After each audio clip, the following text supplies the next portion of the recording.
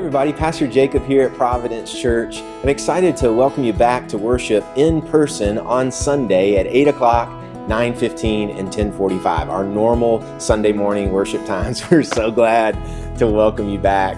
I do know that many of you are not ready to come back to worship, and we're going to continue to have our full worship experience online at those same times at prov.church. So whether in person or online, you can join us now. I do want to talk to those of you who are ready to come back for just a few minutes. I want to make sure you know that we need you to go to prov.church/savemyseat.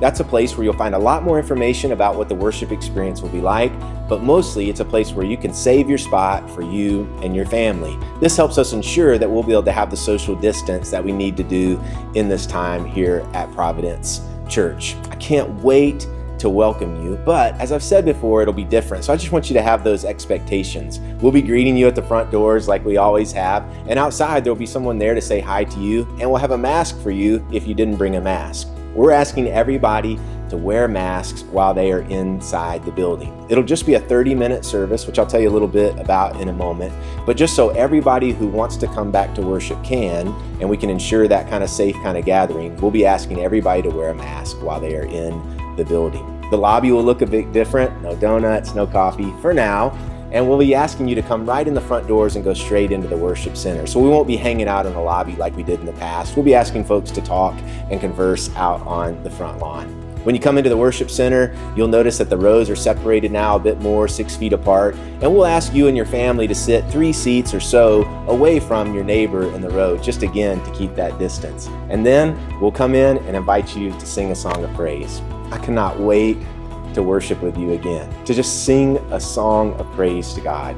I'll be preaching the same sermon that I'll be preaching online, so we'll all be able to stay together in that, and we'll have a special prayer time together. So that's our worship service, a song of praise, hearing God's word through the sermon, and praying together. It'll be a wonderful way to kind of ground ourselves together and focus on God in the midst of our week. What we'll be doing is phasing things back as we go. So that's our first worship experience, but then later we'll be adding more of those elements back. One thing I need you to know is we won't have Providence kids to start.